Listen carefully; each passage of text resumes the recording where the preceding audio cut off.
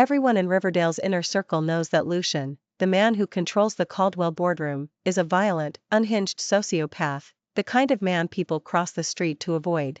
Recently, he set his sights on a college senior who'd just graduated. The wedding was scheduled for next weekend. When my fiancé Adrian heard, he locked himself in his study for 3 straight days. I carried a steaming cup of hangover broth to the door, but through the crack I overheard him talking to one of his buddies. Make sure Luna boards that plane on the wedding day. No mistakes. There's no way I'll let her marry that lunatic Lucian. His friend swore loyalty. Relax, we've got it handled. But what about Serena? You're leaving her at the altar. Lucian's going to take that out on her. Adrian gave a cold laugh. He's my brother, however crazy. He knows Serena and I are a package deal. He'll bark, maybe bite, but he won't destroy her. Once Luna and I are settled abroad, I'll send for Serena. The moment the words left his mouth, the scalding broth slipped from my tray and soaked the Persian runner. Later, when Adrian dragged Luna into the VIP lounge at the airport, ready to elope, they found Lucian and me waiting. Before we continue, subscribe, then drop a comment telling us where you're listening. Adrian's face was an Oscar-worthy disaster reel. One hand yanked a Rimowa, the other clamped around Luna's wrist like runaway lovers in a bad indie film. The second he saw me, his shoes glued themselves to the carpet. Luna, petal-cheeked, doe-eyed, bled of every last drop of color. Her stare shot past me and locked on the man at my side, her shoulders trembled like poplars in a windstorm. Lucian. He took his time wiping his fingers with a sanitizing wipe, as if he'd just touched something filthy. Feeling the laser stare, he lifted his gaze, black irises cool and predatory. Done gawking? The quiet question made both of them flinch. Adrian's focus snapped from me to Lucian, then Rickek. Eated back. You could almost hear his neural circuits frying. Serena? What are you doing here? And why are you with? I lifted my paper cup, blew across the steaming coffee. Exactly what it looks like. What the hell is that supposed to mean? Adrian's voice cracked into a shout. You're supposed to be at the church. Why are you with my brother? Luna tugged his sleeve, whispering, Adrian, calm down. Maybe there's a mistake? Serena wouldn't, I smiled. Serena wouldn't? Luna, I'm pretty sure we're not on nickname terms. Her face flushed crimson, tears puddling fast, classic wounded doe. Adrian's heartbreak was instant, he glared like I'd set fire to an orphanage. Serena, back off. Luna doesn't know anything. Oh? She doesn't know you're dragging her halfway across the world? Or that you plan to leave me smiling at the altar so Lucian can vent on me? My voice stayed soft, but every syllable sliced. The color left Adrian's cheeks in patches, red, white, teal, corpse gray. He opened his mouth, nothing arrived. Lucian finally tossed the used wipe into the trash. He rose, 6+ feet of tailored menace, and stepped beside me, forearm resting along the back of my chair, claiming ownership without touching. He still didn't look at me. His gaze drilled into Luna's bloodless face, contempt and menace mingling. You, Luna, right? She quivered, a barely audible yes. Lucian gave an indifferent grunt, then pulled a red booklet from his inner pocket and flicked it onto the table. Allow me, Lucian, Serena's lawfully wedded husband. The marriage certificate blazed scarlet. Adrian stared as though the thing might burst into flames. Impossible. When did you two even? While you were holed up playing rebel strategist. I cut in, casual as ordering latte. I stood, slipped my hand through Lucian's arm. Adrian, you swore he'd only rough me up a bit. Now I'm his wife, you should be thrilled. After all, I love you so much I solved your little damsel problem for you. Every word was a scalpel twisting in the wound. His complexion ran the full Pantone spectrum of defeat, landing on funeral ash. Serena, you. Safe travels, kids. I looped my arm through Lucian's and brushed past them. Behind us, suitcase wheels screeching, Luna's muffled sobs. Lucian never broke stride. Inside the matte black Bentley with the arrogant plates, he finally glanced over. The cabin light painted half his face in shadow. Feel better? I watched city lights smear across the glass. Decent. Good. He turned away. Remember our deal, Serena. I gave you the title of Caldwell. Don't make me regret it.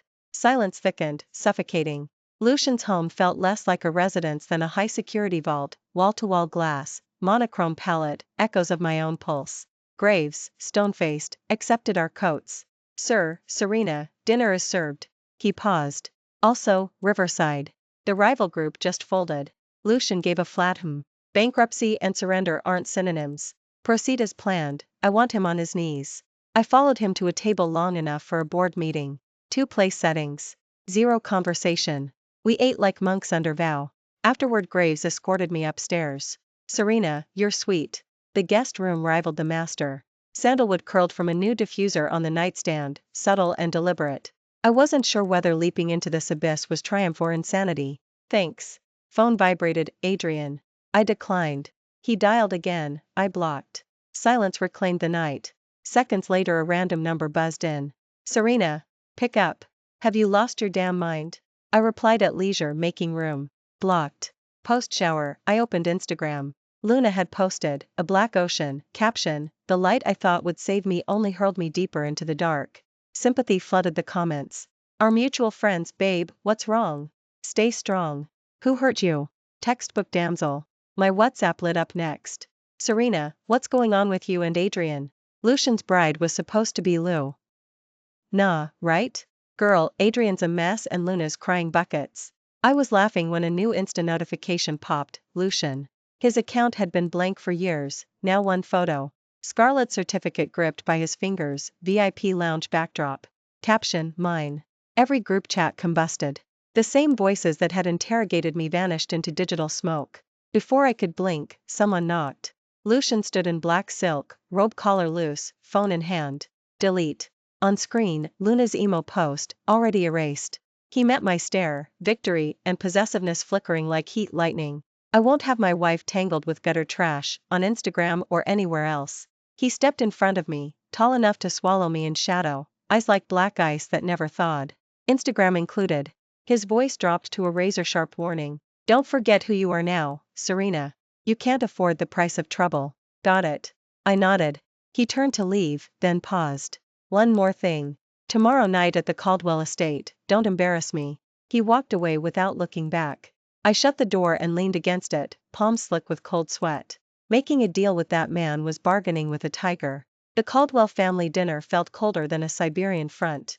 At the long rosewood table sat Caldwell, the patriarch. Adrian was there too, Luna fidgeting beside him. When Lucian and I took our seats, every gaze snapped to us. Adrian's eyes were poison daggers, dying to carve holes through me. Luna kept her head down, shoulders trembling like a porcelain doll about to crack. Caldwell's face was stone. His cane cracked against the floor. Outrageous. Lucian pretended he hadn't heard. He lifted the serving chopsticks and placed a rib on my plate. Try it. The chef's sweet and sour ribs are actually decent. He moved like we'd been married for years. I played along, tasting the rib and smiling at him. Delicious. Across from us Adrian's knuckles went white around his chopsticks. The whole meal was a minefield underwater. Afterward, the staff brought soup. Luna stood, bowl in hand, drifting toward me on unsteady feet. Big sister-in-law, I had the kitchen brew this for you. Please try. Her voice cracked, eyes rimmed red. One step away from me her ankle buckled. Ah! The bowl of scalding soup flew straight at my face. I jerked backward. Lucian was faster.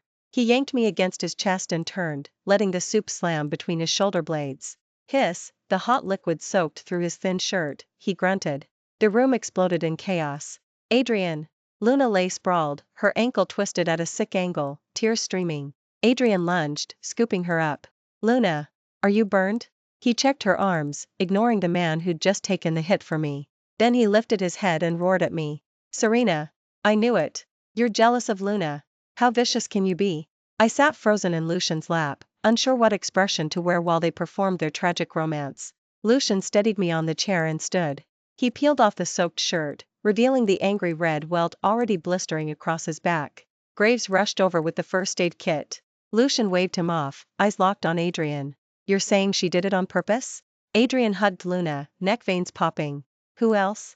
Luna was walking fine until she got near her. Really? Lucian picked up his phone from the table and tapped a video. On screen, Luna carried the soup, eyes full of hate. One step from me she twisted her own ankle and flung the bowl. The angle was perfect. I thought the new decor looked nice, never expected to capture such entertainment. His tone stayed flat, yet the room temperature plummeted.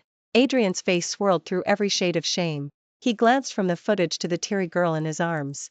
Luna went rigid, staring at Lucian in raw terror. Caldwell shook so hard his cane rattled the marble. A blight on this house. A blight.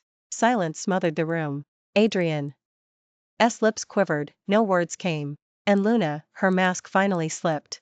The softness dissolved into naked, blazing hatred. I knew this was only the opening shot. The dinner ended in frost. In the car home I pressed an ice pack to Lucian's burn, and scarlet patch mottled with tiny blisters. Hiss, he sucked air through his teeth. Tell me if it hurts, I'll be gentler. I eased the pressure. Eyes on the mirror, he studied me. Why didn't you defend yourself? And say what? That I didn't push her? I tugged the corner of my mouth. Who'd believe me? In Adrian's script Luna was the fragile white lotus, I was the villainess trying to smear her. Lucian. Thank you. Whatever his motives, he had shielded me. He said nothing, only closed his eyes. The car slid back into the cold fortress. At the front door he spoke without turning. You'll move into the master suite. I blinked. Still looking away, he added, I hate complications. Same room, fewer stunts. Always a noble excuse. I didn't argue. Late that night I lay in the cavernous bed, side untouched. Lucian never came up. Instead my phone rang, Adrian on a new number. Serena, come outside. I'm at the gate. Exhaustion cracked his voice. What for? We need to talk. Nothing left to say. Please, Serena. 5 minutes. I hesitated. Fine. In pajamas and a coat I walked down. Beyond the iron rails Adrian leaned against his car, cigarette stubs circling his feet. He crushed the last one and hurried over. Serena. Speak. I stayed behind the gate, voice flat. Bloodshot eyes, unshaven jaw, he looked wrecked. Why? Marrying him helps neither of you. Didn't you promise he'd only be crazy enough to scare, not kill? I threw his own line back. Color drained from his face. I never thought you'd. Never thought your staged rescue would blow up in your face? He squeezed his eyes shut. Leave him, Serena. We can start over. I'll give you anything, projects, shares, he was bargaining, as if I were merchandise on a shelf. I smell. Edition. I unclasped the necklace I'd worn 3 years, the little platinum ring he'd slid on my finger when he proposed. Later he'd said a ring on my hand was too flashy, better as a pendant over my heart, so he'd stay there forever. Looking back, it belonged on a cautionary billboard. I unzipped my coat, reached through the bars, and stuffed the chain into his jacket pocket. Adrian, the moment I overheard you, we were finished. Return gift delivered. And don't come back. I'm your sister-in-law now. I walked away. Behind me came a choked roar and the smash of metal against stone. Upstairs I froze. Lucian stood at the end of the hallway, half in shadow. I couldn't tell how long he'd watched. His gaze felt like a net, heavy, dark, possessive, pinning me from above. Seeing me notice, he turned without a word and disappeared into his study. I slept better than I had in months. Cutting the past loose felt like dropping a ton of bricks. Next morning Caldwell's internet announced a personnel shuffle. Adrian removed from the flagship team, promoted to vice president, Dakota office. A golden exile. Buzz filled every corridor. Everyone knew the former crown prince had fallen. And I was the fuse. That afternoon an unexpected call came. Adrian's mother, my almost mother-in-law, voice warm yet distant. Serena, are you free? Let's meet. I agreed. We met in a quiet tea house. She was as elegant as ever, but the fatigue at the corners of her eyes couldn't be concealed. Serena, Adrian, was transferred away by your older brother. I heard. She sighed, took a card from her purse, and slid it across the table. There's 10 million in here. I know it can't make up for anything. But I hope, for the sake of the past, you'll plead with your brother. Let Adrian go, and let yourself go. She looked at me, pity in her eyes. Lucian is too cold. He's not the right man for you. You won't be happy with him. I stared at the card and almost laughed. In their eyes, every move I make can be weighed and solved with money. Caldwell. I pushed the card back. Adrian and I are over. I'm Lucian's wife now. Whether he's right for me or whether I'll be happy is my business. Her face darkened. Serena, don't be ungrateful. Do you think marrying Lucian means you can rest easy? The Caldwell door isn't so easy to walk through. I know. I stood. So I'll stand on my own. No need for your concern. I turned to leave. Behind me her voice cracked with fury. You'll regret this. I didn't. But trouble came looking for me anyway. That night I was strolling in the garden when Adrian stormed in like a madman.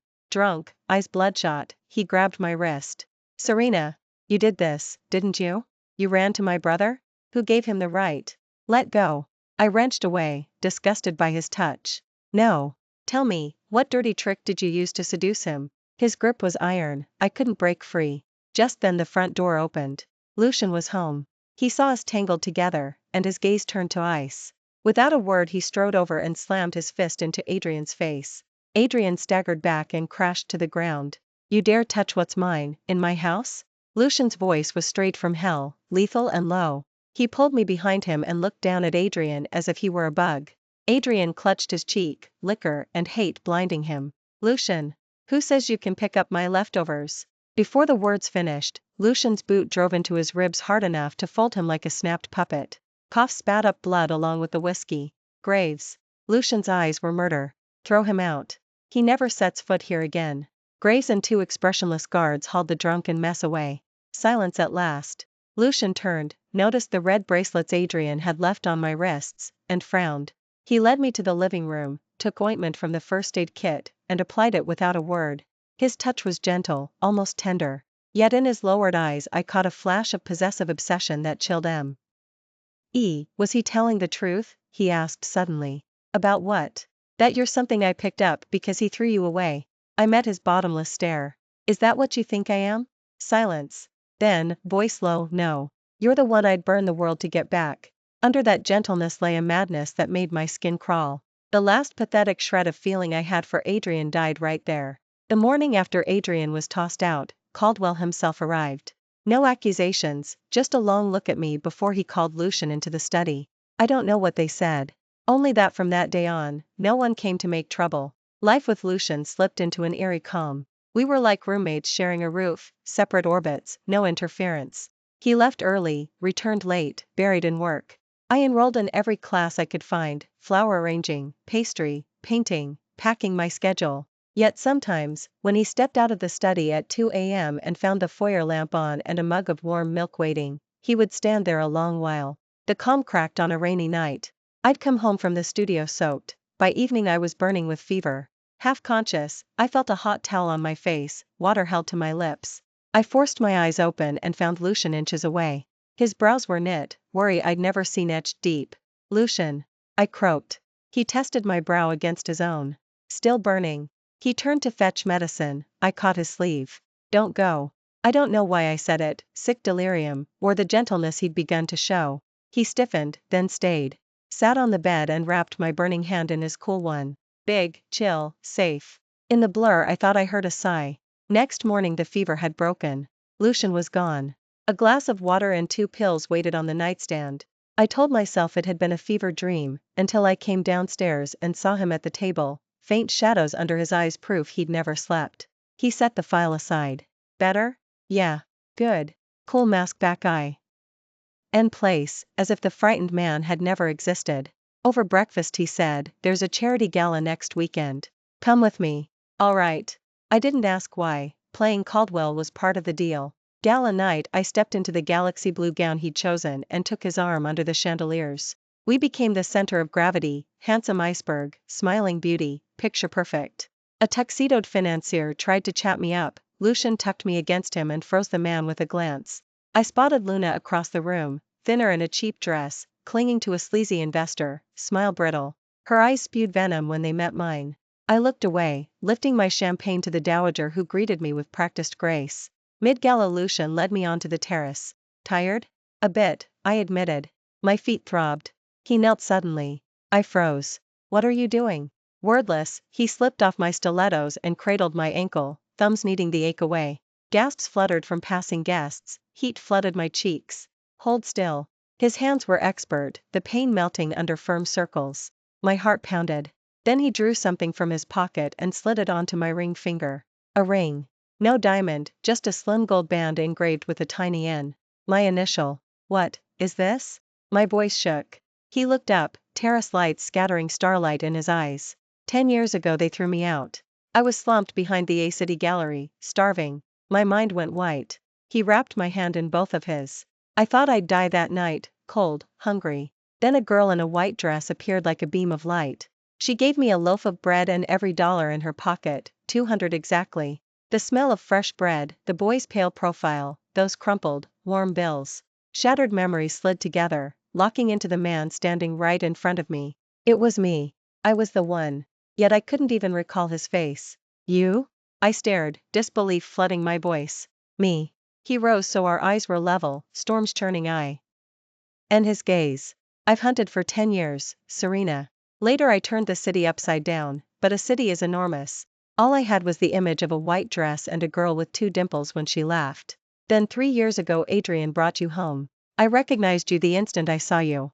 A tidal wave of absurdity and the fury of being played crashed over me.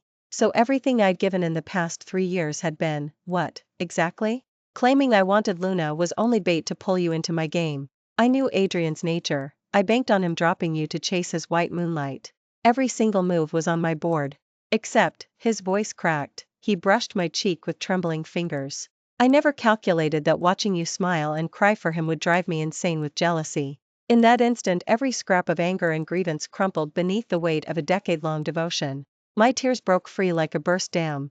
After the charity gala ended, Lucian told me the whole story on the drive home. 10 years ago his mother died. Within weeks his father remarried and booted him from the house with nothing.